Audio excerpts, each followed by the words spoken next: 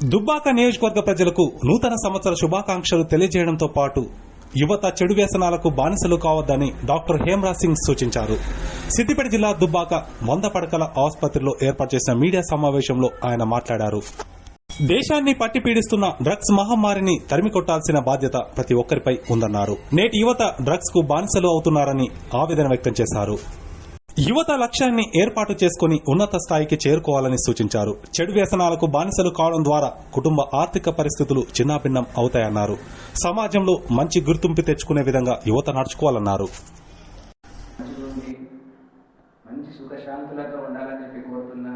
అదేవిధంగా పిల్లలు యూత్ డ్రగ్స్కి బానిస కాకుండా జాగ్రత్తలు తీసుకోవాలా. ఎందుకంటే లైఫ్ అంతా వేస్ట్ అయిపోతుంది. లైఫ్ అంటే ఒకటి గోల్ ఫిక్స్ చేసుకొని ఒక మంచి టార్గెట్ పెట్టుకొని దానికోసం అహర్నిశలు ట్రై చేసుకుంటూ అదే లోకంగా బతికితే కలెక్టర్లు కానీ, ఐపీఎస్ ఐఏఎస్ ఆఫీసర్స్, ఐఆర్ఎస్ కానీ ఏదైనా జాబ్ మనం సాధించవచ్చు.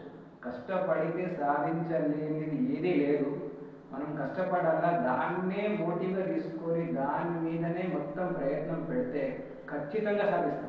యువతకి నా మెయిన్ మెసేజ్ ఏంటంటే, మీరు ఒక టార్గెట్ ఫిక్స్ చేసుకోండి, ఒక గోల్ ఫిక్స్ చేసుకోండి. నేను ఇది అవుదామనుకుంటున్నా, నేను ఇది చేద్దామనుకుంటున్నా, మంచి ఆశయంతో ఉన్నా, దాన్ని ప్లాన్ చేసుకొని దాన్ని వర్కౌట్ చేసి దానికోసం శ్రమ చేసి మీరు కష్టపడితే ఏ టార్గెట్ అయినా కానీ మనం రీచ్ కావచ్చు.